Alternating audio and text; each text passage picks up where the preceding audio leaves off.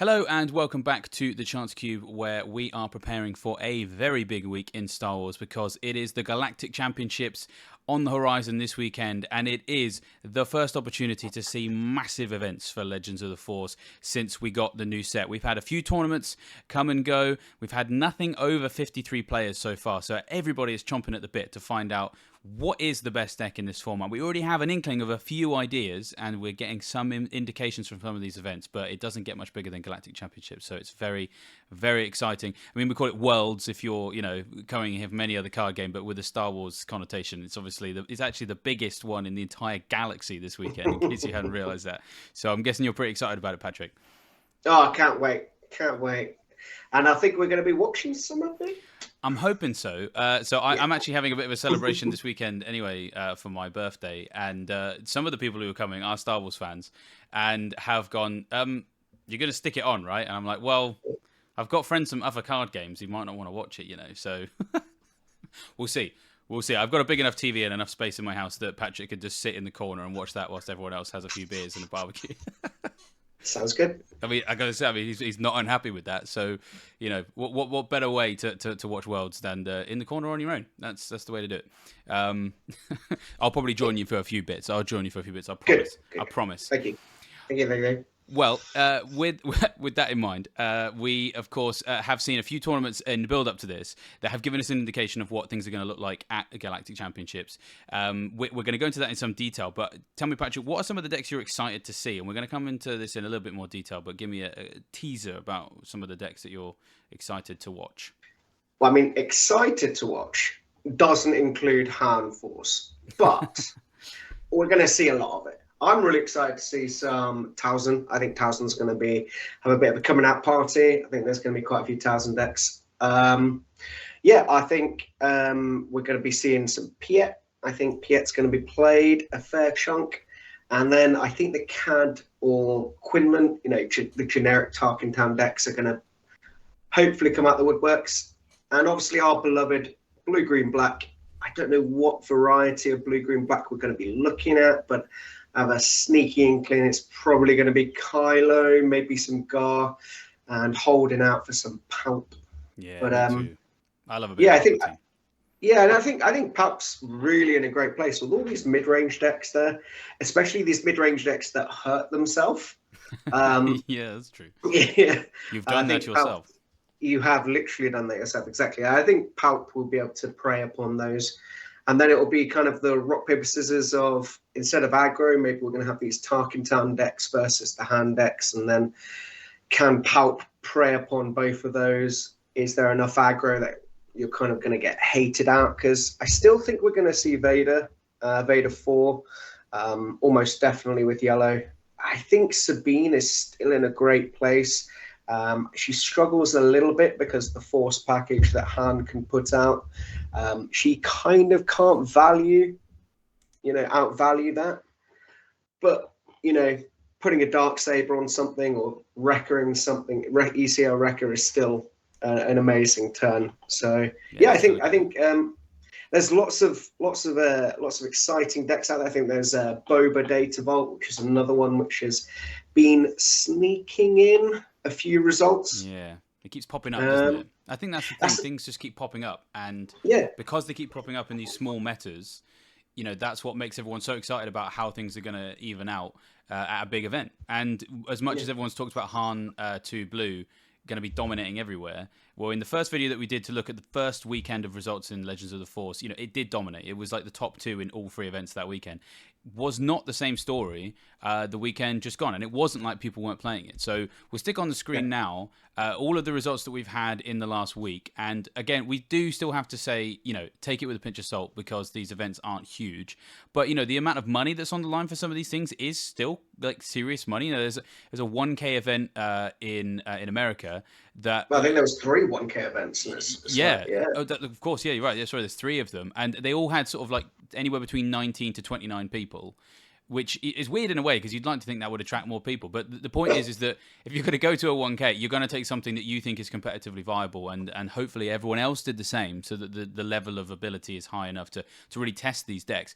And as we'll see, there's only one Han deck that won any of them, and it was Han Green, and that was the bigger of all of them with the 53 player event up at the top. And I'll just, for the benefit of the podcast listeners, I'll just reel off the list of winners and the amount of people who competed at that event, and if there was a prize involved, I'll mention that too, so that you've just kind of got that information if you're more of an audio person. So we had a 14-player event in Argentina that was won by Grand Inquisitor Security Complex. So for as far as we're aware, not that much money on the line for that one, so we can probably just discount that one. We're going to talk about Piet later because, of course, we do have a Piet connoisseur on the channel with myself. And we had a Piet winner in Brazil, 23 players there. I think that was a 1K as well. And then a 1K in America, which Vader Yellow won, 29 people at that one. Then we had Sabine ECL win a 1K with 28 people at it in America. Vader Yellow then won a 15-player event in Spain. Then we got 2,000 Red winners. One of them at a 1K, again in America, 19 players. And then the other one in Brazil with 23. We had another Piet champion, which is just, you love to see it. In Spain this time, 21 people competed at that one. And as already mentioned, 53 people competed at the Store Showdown Empire Games in España. And that was won by Han Solo to Green Force. So, I mean, there's great things to pull out here, but, it's kind of good, right, that Han Blue didn't just completely stomp all of this, because, it's not like Django would have stomped all of this in even these small events back in the day. And I think that's the main takeaway from this weekend in particular. Are people hiding Han 2 Blue? Are they thinking, I'm not gonna play this because I'm gonna be playing a Worlds or a Galactics? I don't think that's true. I think if you look at the actual people playing it, Han 2 Blue was there. It is a deck that was being played. I just think if you're playing very heavily into the Force package, and an opponent, a sneaky opponent, a good opponent, is played into Han, can take you off the Force, your deck kind of just plays units. Those units don't really do anything other than be, maybe slightly ahead of curve because you can do 2 damage to them to bring them in early. I think the Han 2 decks really, especially if you're playing the Force package, really do require the Force. Whereas you look at some of these other decks, Talzin, yes, she might have a little bit of a Force package. Yes, Quinlan might have a little bit of a Force package. A Maul deck that I might talk about in a minute has a little bit of a Force package, but they're not so reliant on the Force. And I think if you take it off it, there is room for these other decks to come in and sweep up.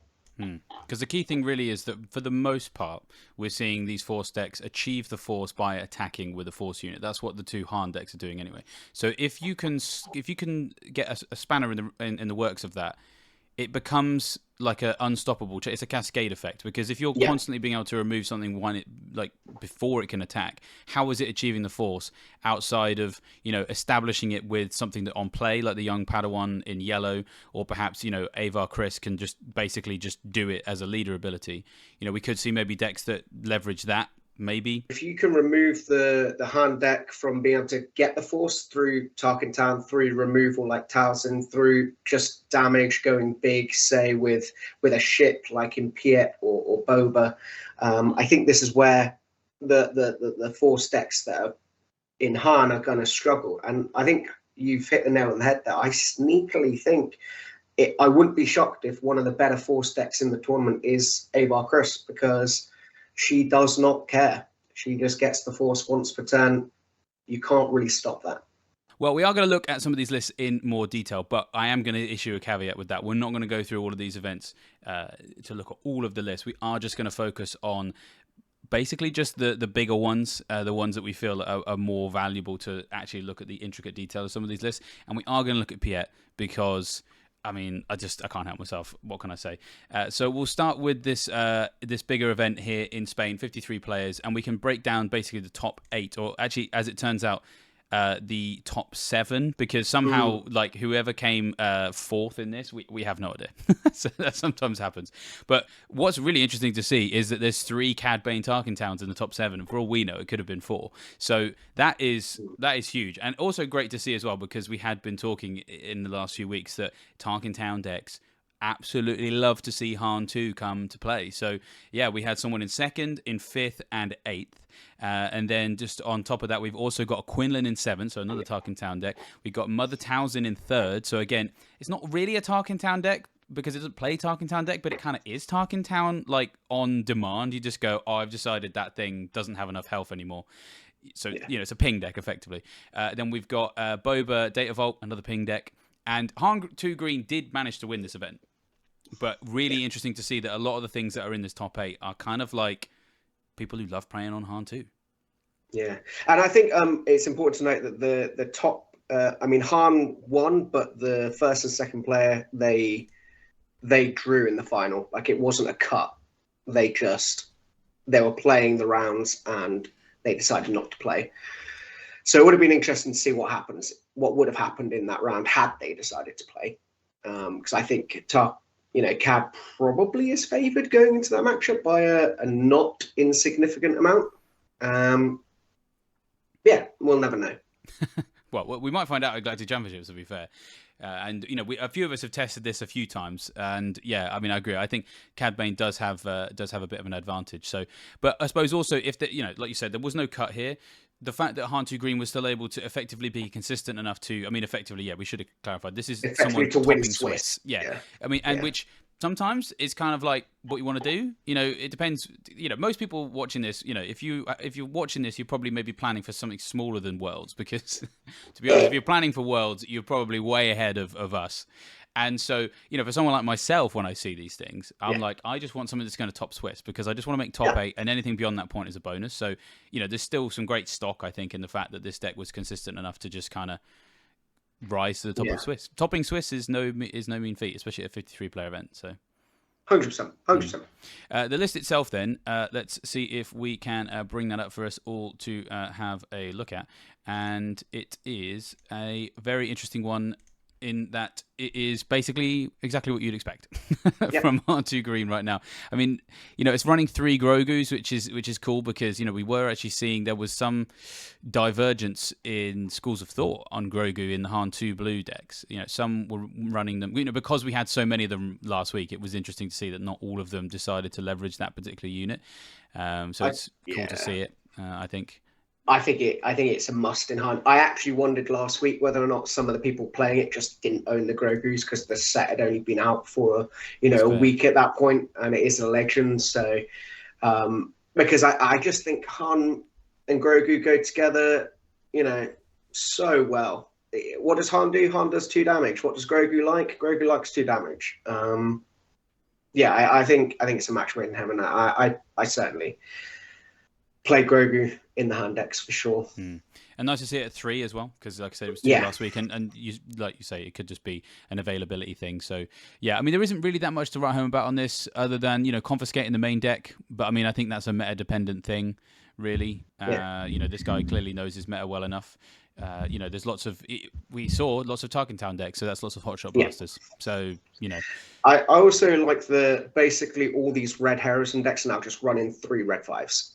Just play 3 red 5s. It just preys upon the mirror match, basically. So very true. Really nice. Nice. Yeah, I do like to see that.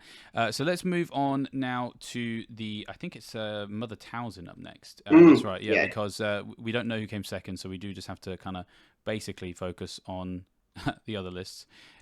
So it is Mother Townsend. And what I like about this list is that it's nice to see blue-red have this style of deck in a world where historically, if you want to play blue-red, you basically just have to play a very heavy control Bosk deck, which basically means you sit down at the table with your leader and your base, and your opponent goes, I concede. Or, you end up with, like we had at Store Showdown, I think it was, between you and one of our guys, where he was playing Boss Blue and you were playing Kira, and it was like, well, I just concede game 1, so we actually have enough time to play 2 games, So it's really nice to see something that's a little bit more, mid-rangey. It doesn't need to do toxic things to do well. So it's Force Lightnings, it's Force Throws, Heroic Sacrifice being Splash, which is cool. Acolyte of the Beyond, Karis, Night Sister Warrior, 3 Secretive Sages, 2 Disabling Fangfighters, 3 of the legendary Grand Inquisitor. I can remember this unit's name. She's the lady with Merrin. That's it. The lady with the fire coming out of her hands. 3 Power of the Dark Side, 3 Fallen Lightsabers, 3 Darth Tyrannus. You got Talzin's Assassin, the Asajj Ventress, Devastating Gunship, 3 Anakins. You're playing blue. You play 3 Anakins at this point. 3 Ruthless Raiders, and 1 copy of the Sun, which I like because he came in clutch for me in Sealed. The Fallen Lightsaber, I think, for me, is the scariest thing about this deck. When I face this online, you stick that on Talzin, your opponent is in trouble because most of the time it now means that if they deployed ahead of you, which they probably did because it's a 5 resource deploy, stick that on her. Your leader is basically not safe anymore because they can basically swing, hit you for I think it's 6, and then -1 you. And hit you for another 1 additional because it deals 1 to a ground unit. This takes out basically every other leader in the game on curve, which is just like disgusting. It's disgustingly good. It is so good. I've again, not to bury the lead, fallen in love with blue-red Villainy a little bit over the last week. I think it's a good color combo. And yeah, I think we look at Karis. Karis always does work. There's -2/-2. The Assassin always does work, -3/-3. The Grand Inquisitor just being hidden and effectively being a 4/4 on attack is great. And even you put the Fallen Lightsaber on the Inquisitor, he becomes a very, very scary unit. But you are so true with the aggro can't live against this deck because there's so many debuffs, and the mid-range Han decks who are already taking damage. I think you have to, as the harm player, play very differently against Talzin. I think you do kind of move to playing on curve because if you're playing a 4 toughness unit that only has 2 health remaining after the harm damage, well, Talzin's licking her lips there. Like I said, put a Fallen Lightsaber on and Talzin's debuff. Goodbye. Yeah, it just gets such good value. All the decks that I've tried this set, whenever I come up against Talzin Red, if I'm trying to scrap with it, I lose because it will always outvalue me. So I think the decks that do well against this, funnily enough, are kind of like Palpatine decks, where it's just like your thing. They go a bit longer. Yeah, or also they're just not playing units. It's like they play a Karis on turn 1, are just no good to me dead, and then like it basically never gets any value out of -2/-2ing something. So that then at the end of the day, it's just a hit base for 2 on turn 3 instead of turn 2 because I no good to me dead at it. Or for example, like Palpatine loves playing things that want to die. So I think the only decks that do well against this are ones where things want to die. If you want to keep your things alive, which is basically everything else in the meta, like you're going to get a lot of value out of Talzin. So it does look very, very cool. And like I said, I like seeing 1 copy of the Sun as well because that could basically just win you the game on a turn where maybe your opponent's gone, or maybe I've got it, and then it's like, oh, hold on a minute, all of their other units are worth more. And I think this can beat some control decks by just hitting base really fast by sticking lightsabers on people. So it is very, very cool indeed. So we've got one final list from this tournament then, and it is Cad Bane, Tarkin Town. And in many ways, it's kind of twas ever thus with this. I mean, like this list has been around for a while. It doesn't run too many things that are brand new outside of, I think it's the... Aura Singh, that's it. The 2-drop. She's hidden when she's played. She's basically a 3/4 because she's more than likely going to be able to attack unless someone hits it with some turn 2 removal. That's basically the only new thing here. But I mean, it basically just makes an already good archetype more reliable in the early game for hitting base, or maybe trading with a unit and surviving with the 4 health. And outside of that, it's just basically very relevant in a meta where Han is good. Yeah, I think having 4 2-drop units now that are all good. You've got Aura Singh, you've got Bazine, you've got the Cartel, and you've got the Smuggler, Craft Smuggler. I think you've now got a good spread of units that can be played on turn 1, that can trigger CAD, that can basically force some aggression down the throat of your opponent. Yeah, really, really good. And of course, you play a 2-drop on turn 1, and then you can... always 2. I think that's again Oh yes, yeah. Now there are two of them. Is just now there are two. Yeah, now there are two of them. Sorry, yeah. It's amazing. A good way to effectively combat. I mean, again, we probably at some point should stop using Han as the reference point for is a deck good, but until it stops being a good deck, we're going to do it. Now there are two of them is a great way to say to Han, actually, you're going to bring a guy in early. Well, so will I. Because now there are two of them is disgusting sometimes. I mean, I lost to the eventual winner of the PQ at Cheltenham in round 3 because in both games he was able to now there are two of them into Bosk one turn or possibly 2 turns earlier than you're supposed to be able to. And it just, at that point, I'm like, I can't out that or the other things still in play. So that's huge. I think that's, that's brilliant. But I think at the same time, there's so many other things in this deck that just are useful right now. A sneak attack is good. These are things that just create value plays. And the biggest one is still just McClunky. It's such a cheap thing. It's basically their answer to force throw. And you just go, for a very small amount, I'm going to be able to deal 3 damage, which against a Han deck usually out something with 5 health if they've been silly with, Yeah. No, so, it's great. It's great. So yeah, Cad Bane, like we said, actually had 3 top 7s, top 8s at this event, and we don't know too much about the other lists because let's be honest, they're all kind of the same. There isn't that much you can innovate on this, which doesn't have to be a bad thing. I think it's a very solved deck. So I suppose if you are watching this, going, what am I going to take to my next local event or whatever? You can't really go wrong with Cad Bane, to be honest, because he's a very solved deck, and we like that sometimes. Just being able to pick something up and go, I know this works, is good. And it's kind of not that hard to pick up these days, to be honest. The legendary unit is worth a lot, but the Boba Disintegrator is not worth as much as it used to be. And we've got a guy on our store who mostly plays Lorcana, but he has Star Wars cards, and he's basically accidentally, just by buying packs, assimilated this deck minus the legendaries, which we're kind of trying to forcibly lend to him because we're like, dude, you've accidentally got a really good deck and you're good at cards, so come and play with us. So that's also nice too. It's not that hard to put together, which is sometimes important for events.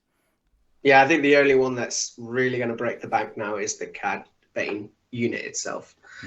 I think the other legendaries are affordable in comparison to others. I mean, I'm going to put that out there. Everyone's budget's differently, but but comparative to other legends in the game, it's not an expensive deck to put together. Which is always nice to see. It's always nice when the best deck doesn't cost £500 or $500, depending on where you're watching this. YouTube Analytics is already telling me that more people are watching this in America, so I guess I'll just have to use a different currency from now on, because Republic credits will not be fine. Okay, we've already established that.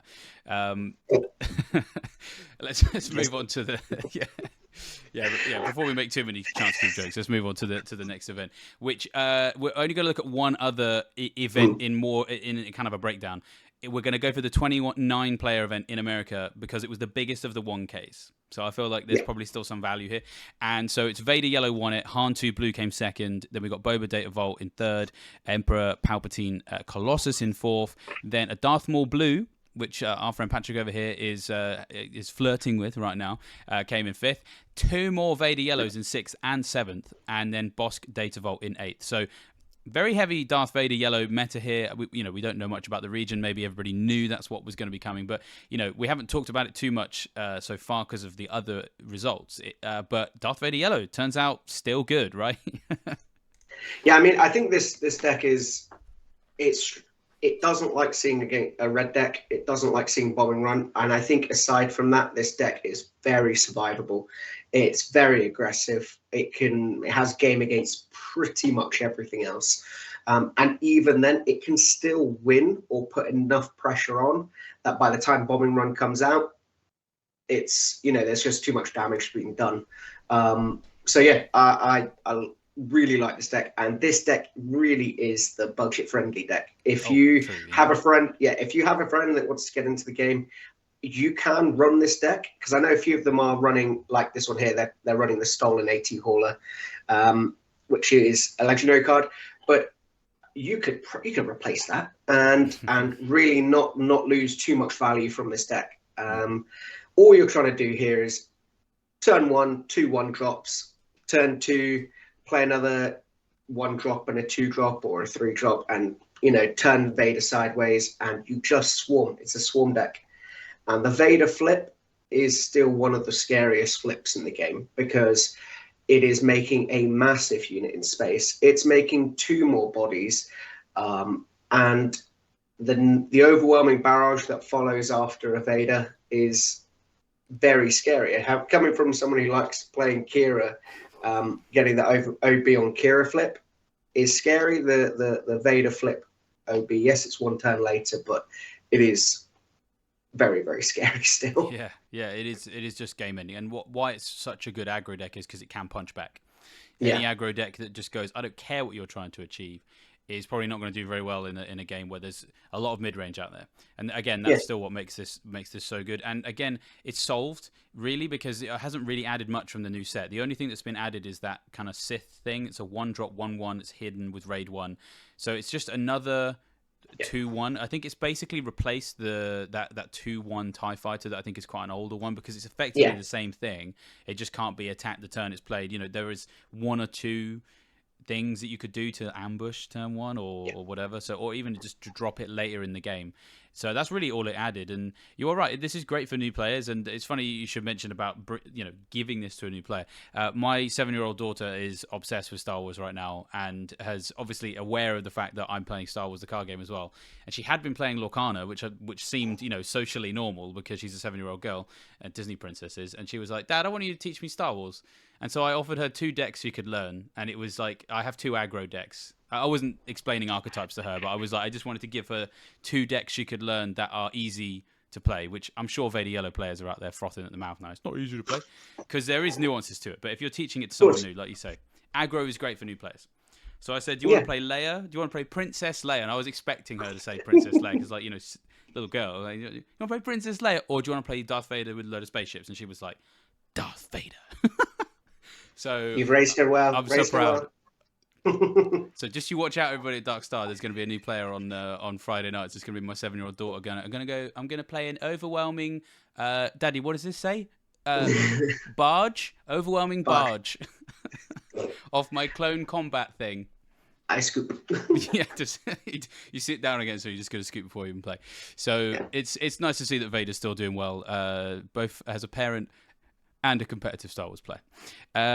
What else do we have at this event? We have some Harm Blue, which we probably should still talk about Harm Blue, because it's still here, and this one had Grogu's in it. So, you know, that's the main difference from, you know, what we saw last week. But we've got the Phantom thing that you stick on stuff to give it grit, which is smart, you know, in a deck where you're going to have lots of damage. Ogdo Bogdo is still an MVP. Entrenched also very useful as well. Anything particularly leap out to you from this particular list other than those? Unless I've missed. No, I think we just got Ezra. I don't know if many of them are running Ezra. He's up in the top there. He's a 3/5 on attack, giving buff to creatures. So obviously then you've got Ogdo Bogdo, you've got Crate Dragon. If Crate Dragon ever has to get bigger, it doesn't, but you can make it bigger. I want to see that. I really want to see a Han 2 blue deck just go for the win more when their opponent is claimed and they have game, and they just go experience Ezra, on my Crate Dragon. Experience on Crate? Yeah, Chi-Chi. That would be such a flex. You're right. It's more for Ogdo Bogdo, isn't it? Just to keep making him harder to kill. Which is I like that, because I mean, I haven't seen it yet, but I mean, could you get away with running Kanan in this deck, as in the 4/5? Is he a set 1 card? You know, just set 1 card. Yeah, some additional synergy with the with the Ezra, because I mean, healing off that, and then an additional Spectre unit in the deck can sometimes mean. I mean, if you play Kanan in the Hera deck, then he becomes basically a Vigilance, because you just go mill 6. So, you know, mill 2, heal a bit. I don't know. We haven't seen him yet, but what do you reckon? I think I like the shout. Especially if you're playing Ezra, and you're wanting to get a bit more bang for your buck from your Spectres. I think putting another one in there that vibes with Ezra, I think it's a good idea. I don't see many decks running Ezra, to be honest, but it's a nice shout. I think it works well. Yeah, especially if you've got Ogdo. Yeah, I think it just kind of helps this deck effectively make some decisions about, you know, it gives it more lines, you know, because this kind of deck has control pieces in it. You know, you've got Entrenched, you've got Chirrut. Well, I mean, they're tempo plays that help softly control the game. Those kind of things. Force-Stro, obviously, same kind of thing. But against some decks, this one might just want to go as fast as it can. And if you can just keep making Ogdo Bogdo bigger in the early game and shave off like a massive chunk of what you need to achieve in the early part of the game, I mean, that just kind of gives this thing gear shifts, right, in the early game. Yeah, I think swinging 3 times with Ogdo Bogdo puts the foot on your opponent's throat so hard that it is hard to get out of at that point. So, yeah, I can definitely, I see the line and I like it. Yeah, it's very, very cool.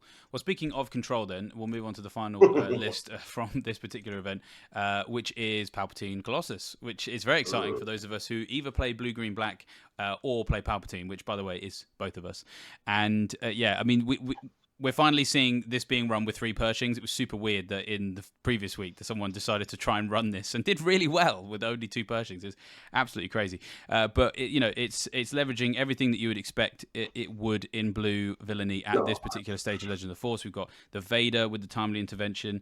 We've got some traitors as well. I love that card. I just think it's always going to have some good value when things are being cheated into play with damage and lightsabers on them, for example. Avengers, the original Vader, Devastators. That's what we called Night Sister Warrior. That was it. Night Sister Warrior, exactly. That's what I was wanting to shout out there. I think this is one of the reasons to play Palp over some of the other Blue, Green, Black decks is that you can really leverage this Night Sister Warrior, drawing more cards, especially when you've got 3 Pershings, 3 Night Sister Warriors.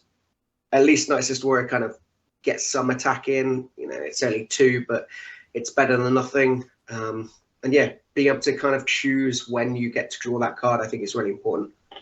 Yeah, because effectively it becomes a draw 2 if you defeat it yourself, which is just great. And you kind of need to when you're playing Colossus. You need to find a way of replacing that card quickly.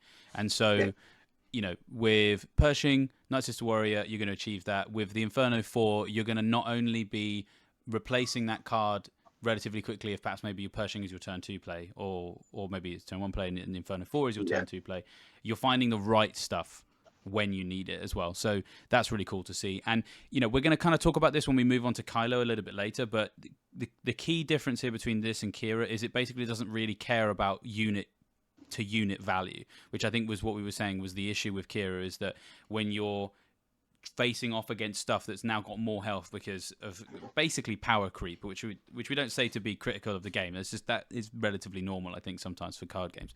This one leverages more of the sort of events that kill stuff, getting to the late game as fast as you can because Palpatine can kill his own laser techs, things like that. This one doesn't really care about value as much as it cares about just getting to the end game, lasting longer with a base like Colossus as well.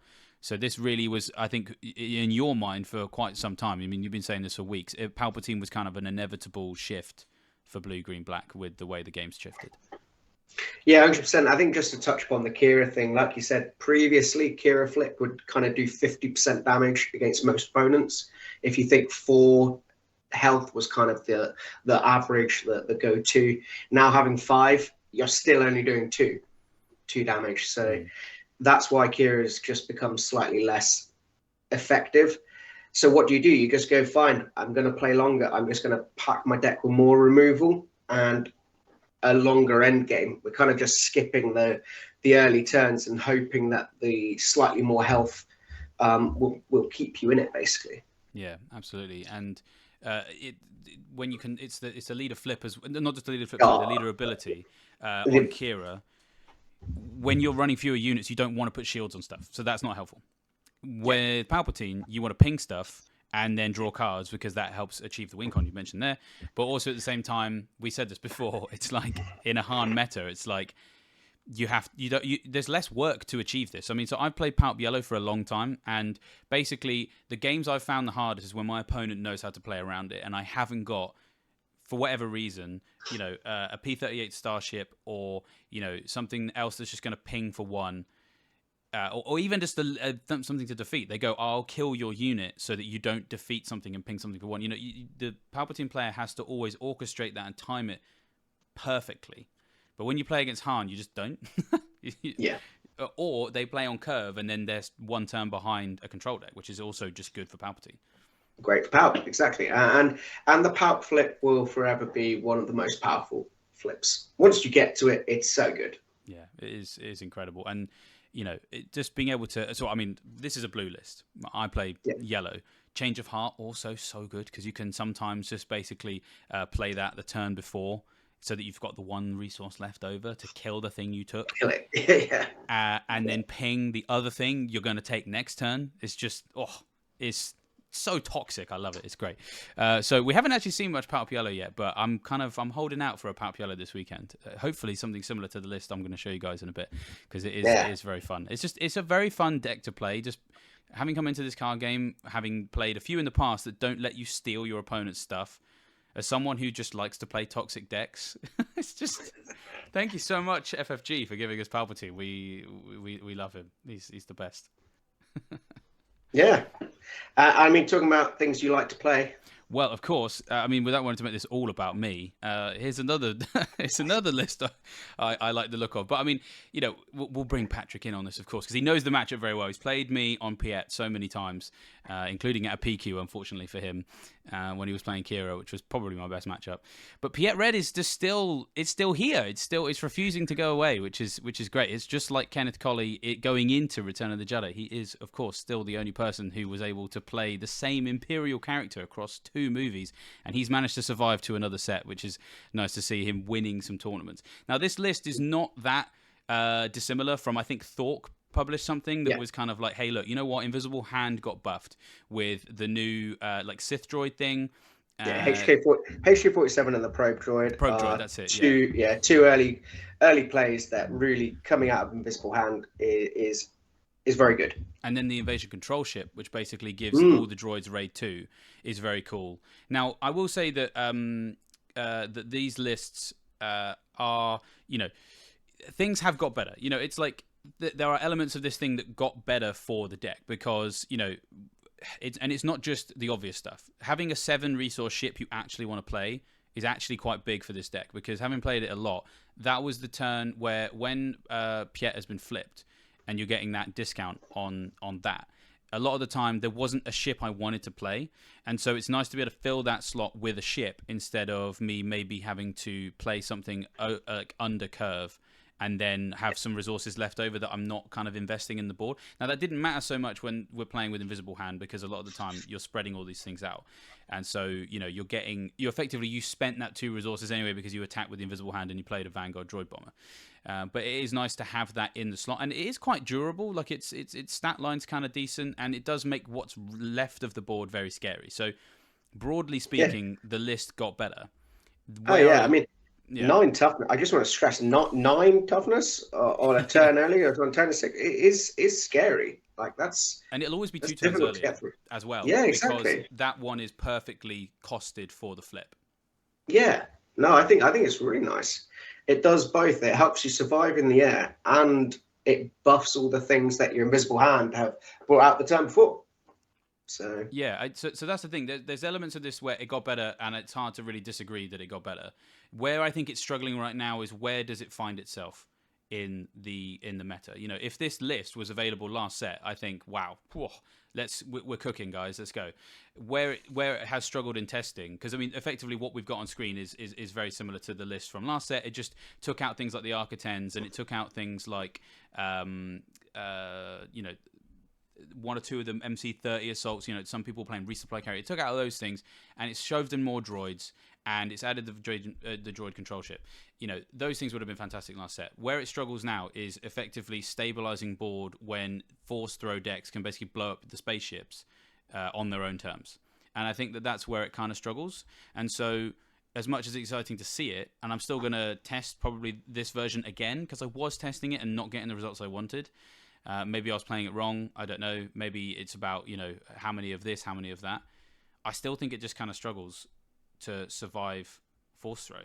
I mean, I think the caveat as well, yes, this deck did very, very well. It didn't play against, it played against a Kanan red deck that was running force throw, and the other 3 matchups didn't run force throw.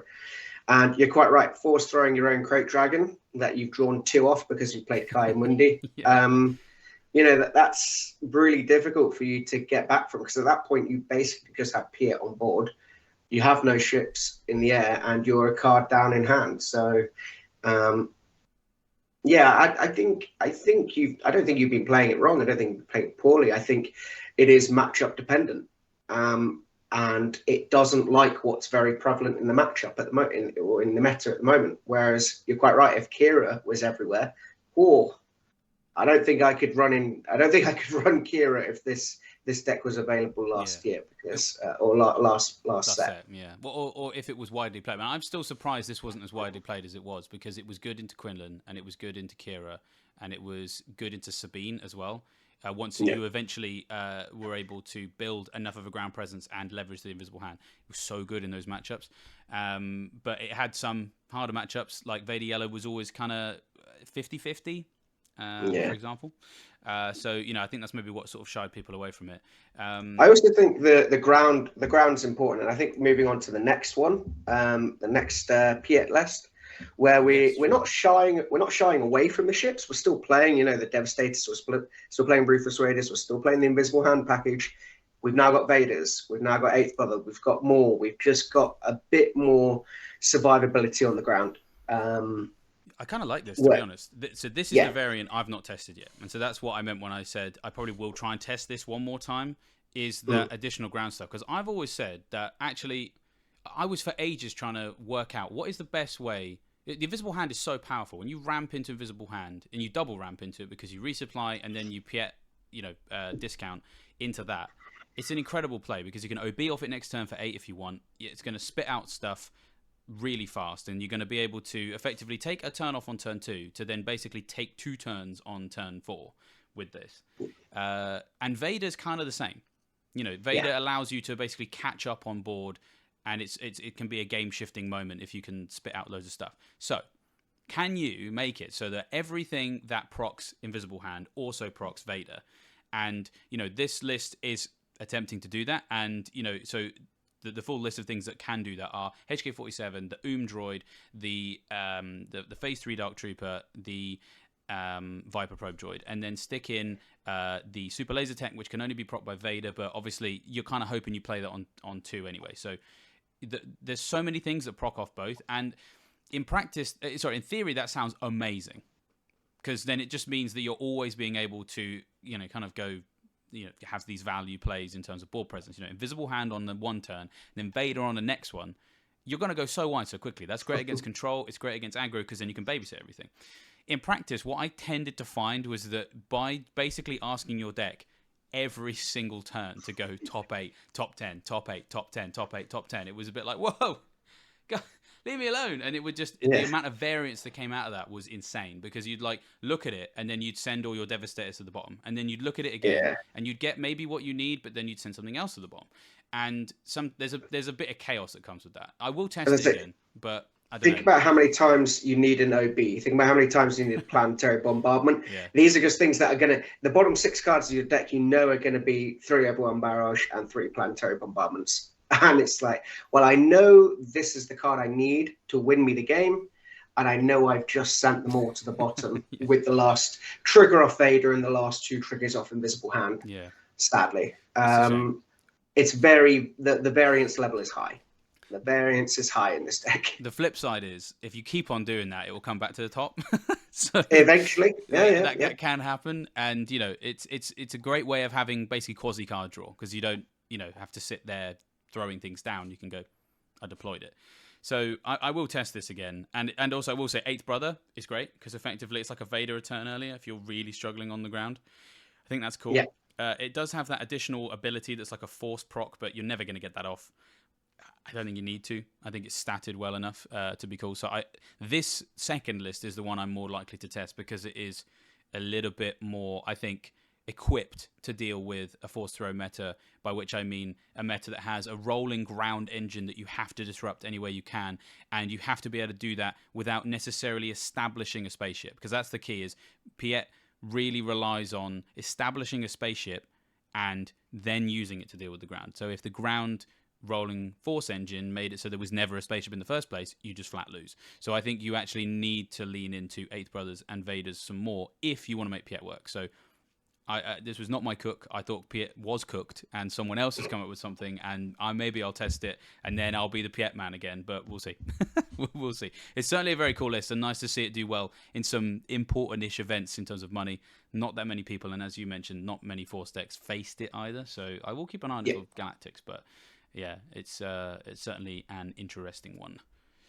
Let's move on to our final topic, which is, of course, our sort of predictions for who could be the dark horse for Galactics this weekend, where, you know, everyone's talking about Han, Cad Bane, Quinlan, Darth Vader, Sabine, Mother Talzin, Palpatine, Gar Saxon. These are all the names everyone's talking about, but we have a dark horse that we're super excited about, and we don't know necessarily what base it's going to go with, but tell us all about Kylo Ren Green, Patrick, because we think that this could be where green, blue, black settles.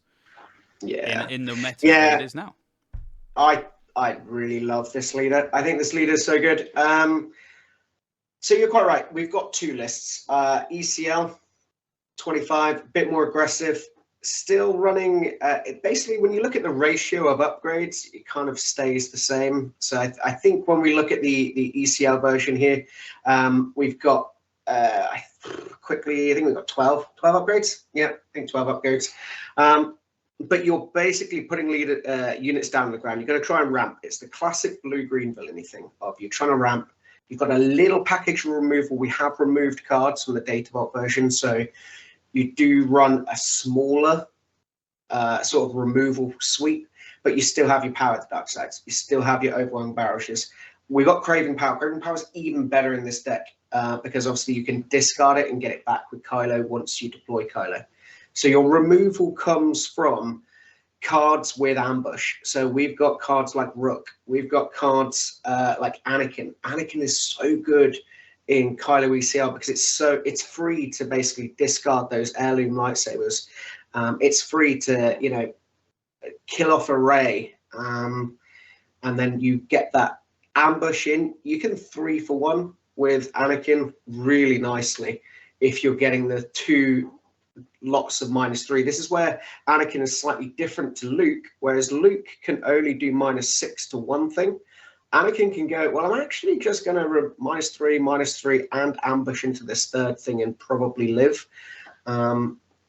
Yeah, it's great. You know, you've got the upgrade package, Devotion, Alien Lightsaber, Legal Authority, Craving Power, Legal Authority. This is the Legal Authority deck. Just being able to play this thing, everything's going to have less power than it pretty much on the deploy turn for Kylo. I think I've had really good success with the ECL version of it online. I don't have all the pieces for it in person. Boo-hoo. No Anakins, no Vaders. But never mind my box. They will be, yes. You know, probably not one to play in person. Really enjoyed in Carablast, though. I think, so it's so good. So Rey is so good. Also, I mean, this is the best deck for Rey. This legendary that basically has seen no play. You've got all these villainy units that just love being healed and love having shields. Let me tell you now, Rook, that you can just keep putting shields on, is fantastic. It's so good. Darth Vader putting shields out. Kylo, you're making it massive, putting a shield on it, healing it every turn. And the Rey puts shields on things as well, doesn't it? That's what I mean. Yeah, that's exactly so much value. You heal 2, and then if it's a villainy unit, you get to put a shield on it. So because you basically discard her. Because I'm pretty sure the Kylo leader ability, you can still discard any card you want. You only draw if you discard an upgrade. So there's insane value to basically just discard a Rey and then play the ECL Anakin, which is just is awesome. And I think, like you said, the legal authority with Craving Power. That is effectively a 2-for-1 leader flip because you basically kill something for probably like 11 damage. And you capture something else. And that was just your leader flip. And you did that maybe the turn after you 2-for-1 or maybe even 3-for-1 with an Anakin. So I don't really know how many things like survive through that. Because shields don't care. Because the whole point of the Anakin thing is that even if you're playing Gar Saxon, it's like, you know, there's Shin Hati, which they play, oh, you can't attack it. Okay, I guess I'll just -3 it then. Bye. And this has so many just things that need to be answered. Lone Pike needs to be answered, especially if you're playing Vader. Rook needs to be answered if you're going to be able to keep getting shields, because this thing is just going to kill everything it touches. You got Anakins, you got Vaders, you got Avengers, you got Devastators. All these things need to be answered by your opponent, and then in the background, you've just got Kylo getting bigger and bigger and bigger, because you go discard. Turn 7 in the ECL version, if you've discarded 7, like, you pretty much always will. Well, what I found really good is turn 6, or on the 6 resource turn, Anakin kind of wiped the board a little bit. 7 deployed Kylo. He's probably at least like a 7-9, 7-11, something like that, with Sentinel, with Restore, and that Restore is what then stabilizes with a Sentinel. You just keep going. You need the devotions, I should say. You need the devotions to get the Restore, but it's fantastic. This deck is so survivable in a similar way as your Pout deck. Like you said, you kind of, maybe you get to like 21 damage, and then the next turn you're at 19, and then you're at 14, 15 damage. You're just like slowly healing back up. And because you've got Sentinel, I found that when you're playing against Kylo, you just kind of have to throw your stuff into him to just get rid of it. Yeah, you got to mathematically answer him, which is going to take like 4 cards probably. Yeah, 100%. And if you're the Kylo player and you're getting 4 for 1 in your favor, 1 for 4 exactly, you're thinking, I'm probably winning this game. Yeah, I think so. We've had some experience playing against this, like a very unit light version of this in our store with a guy who really wants to make this deck work. And I think what we've basically discovered is that this deck or this leader actually gets better if you have more units, because like you said, the opponent actually has to answer it. If you're playing against a deck that just has no units and it's just removal, sometimes they brick the wrong cards and they're sat there not able to find the removal because the deck's so full of upgrades that you can squeeze through and hit base for enough. Hitting base in this deck is really hard because you are going to have to contend with a board rather than a hand. And I think that's what, when the leader first was announced, people were like, oh, well, this is how we'll play it. But I think now we are discovering that this deck is so good when you just treat it like a very value trade kind of blue-green black. Exactly that. What do we play blue-green black for? Exactly. You've kind of hit the nail there, value. Just think of your leader as a slightly later deploy, that you have to have a package for him. But other than that, the core of the deck is great. And I watched a lot of Kylo being played on streams this last weekend, and it steals game ones out of nowhere. If your main decks just aren't built to deal with this massively upgraded giant Sentinel on the ground a lot of the time. So yeah, you kind of steal game 1 and you pray in game 2 and 3 your opponent doesn't have upgrade removal. It does maybe mean that Confiscate is going to become more of an auto-include card in the yeah, I mean, what did we see the other week with the Kylo? Power failure.